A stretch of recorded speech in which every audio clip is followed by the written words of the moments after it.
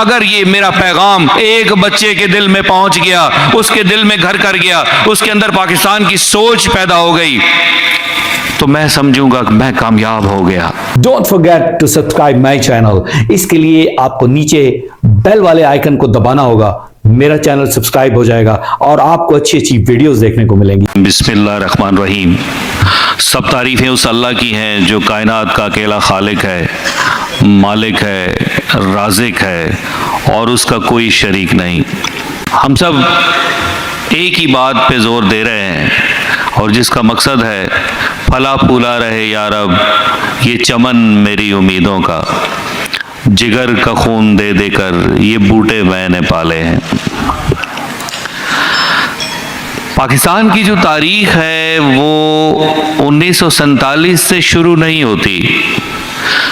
پاکستان کی تاریخ شروع ہوتی ہے بسم اللہ الرحمن الرحیم، اقرأ باسم ربک الذی خلق۔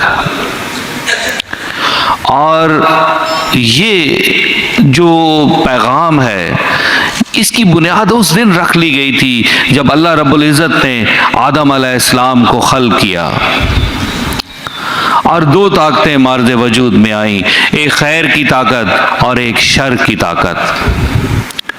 شر کی طاقت کو میں کبھی اپنے گمان میں جاتا ہوں تو یہ سوچتا ہوں، چونکہ اللہ رب العزت نے اپنے بنائی ہوئی مخلوق کو، انسان کو انعام بھی تو دینا تھا، اور انعام ایسے ملا نہیں کرتے جب تک امتحان نہ ہو۔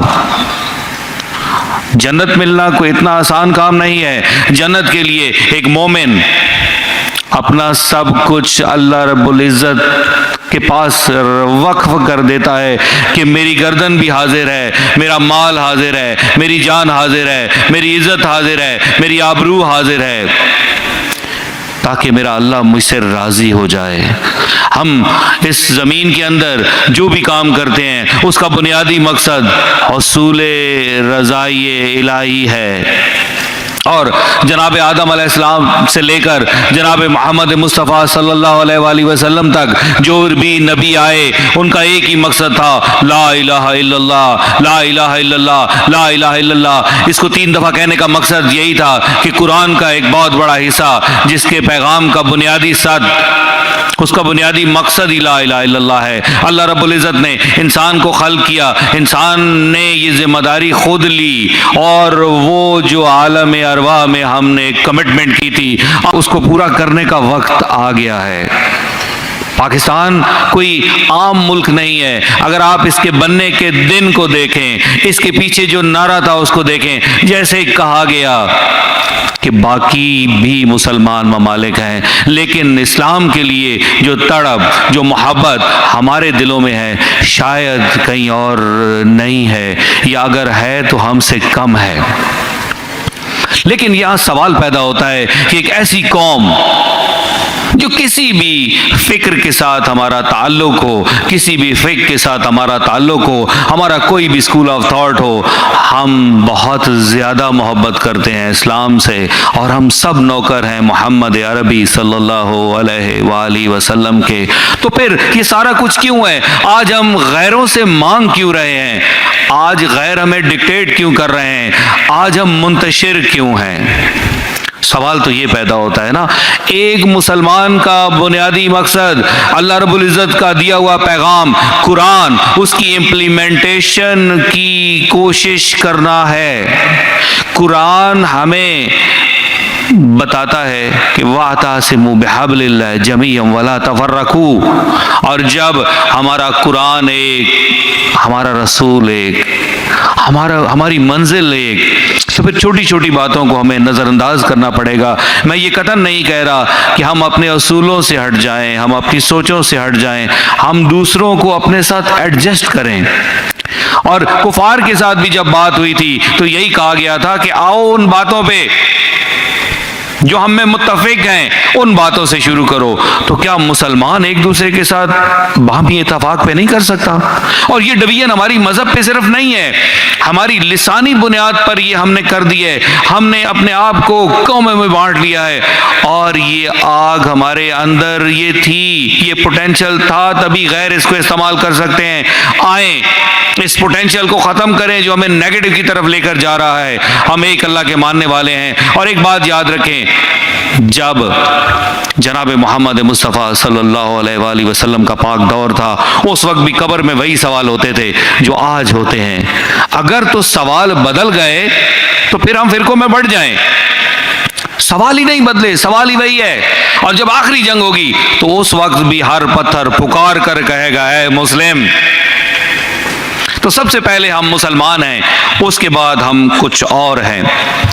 تو اپنے اندر ہم وہ صلاحیت جب پیدا کریں گے, تو اقبال نے کہا تھا جب اس انگارہ خاکی میں ہوتا ہے یقین پیدا, تو کر لیتا ہے یہ بالو پرے روح العمی پیدا. تو اقبال کی جو شاعری ہے اس نے انقلاب کیوں دیا؟ اقبال دوسروں سے منفرد کیوں ہے؟ کیونکہ باقیوں نے رخ رخسار کی باتیں کی, اقبال نے قرآن کی باتیں کی. بحیثیت انسان ہو سکتا ہے کہ ان کے بھی بہت سارے اشعار ہوں کہ جو میچ نہ کرتے ہوں مذہب سے, دین سے, لیکن ان کی اکثر شاعری جو ہے انہوں نے قوم کو جگایا ہے. کل میں بابا قائد اعظم کے مزار پر گیا, مجھے یوں لگا جیسے قائد اعظم مجھ سے یہ کہہ رہے ہوں کہ کیا ملک میں نے اس لیے بنایا تھا؟ کیا یہ بہت دل دہلانے والی باتیں ہیں, ذرا دل پہ ہاتھ رکھ کے سنیے گا. کیا اس وجہ سے ہندوستان کی طرف رہنے والے مسلمان اس وجہ سے نکلے تھے جو پورا گھر نکلا تھا, ایک بندہ پہنچا جن کی ماؤں کی, بہنوں کی, بیویوں کی, بیٹیوں کی عصمتیں لٹ گئیں؟ وہ اس وجہ سے تھا کہ آج ہم رشوت لیں, آج ہم کم تولیں, آج ہم جھگڑا کریں, آج ہم چھوٹی چھوٹی باتوں پہ اپنا ایمان بیچ دیں, آج ہم یہ کہیں کہ میں پختون ہوں, میں پنجابی ہوں, میں پٹھان ہوں, میں سندھی ہوں. یہ تو ایک پہلو تھا نا کہ ہم علماء کرام کا جو پیغام جائے کہ ہم اپنے فرقوں میں نہ بٹیں. دوسرا اینگل بھی ہے, اس اینگل کو بھی ہمیں نے دیکھنا ہے اور ہم نے مل کر اس ملک کو اکٹھا رکھنا ہے. قائد اعظم نے کہا تھا I have no doubt that this, the beautiful lands of yours, it has everything which you can even think of.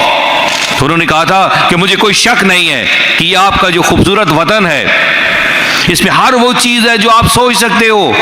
تو ذرا سوچ کے دیکھو, کیا اس میں پہاڑ نہیں, کیا سمندر نہیں, کیا دریا نہیں, کیا صحرا نہیں, کیا ہماری سونا اگلنے والی زمین نہیں؟ آج ریکارڈنگ کی بات کریں تو واقعتاً اس میں اتنا سونا ہے کہ اگر وہ باقاعدہ طور پر یوٹیلائز ہو جائے تو ہمیں کسی سے کچھ لینے کی ضرورت نہیں ہے. تو اللہ نے ہمیں اسلام دیا, اللہ نے ہمیں قرآن دیا, اللہ نے ہمیں پاکستان دیا.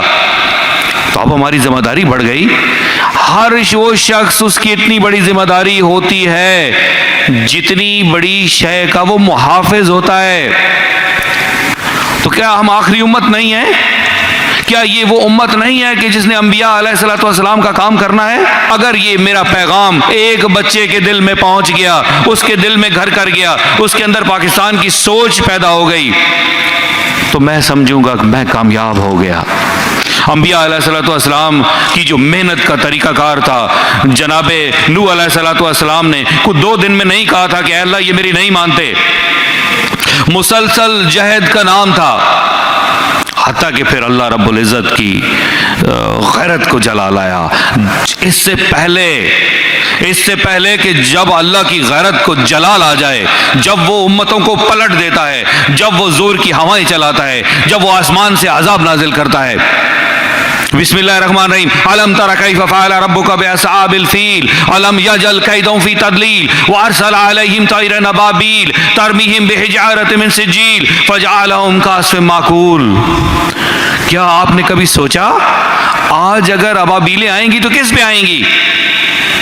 آج ہم سارے اکٹھے ہوتے ہیں, فلسطین کا میں بھی ذکر کر رہا ہوں, آپ بھی ذکر کر رہے ہیں, کھانا بھی ہم بھی پورا کھاتے ہیں, گھر میں ہم بھی ہنستے ہیں. کیا ہم پہ ہنسنا واجب ہے؟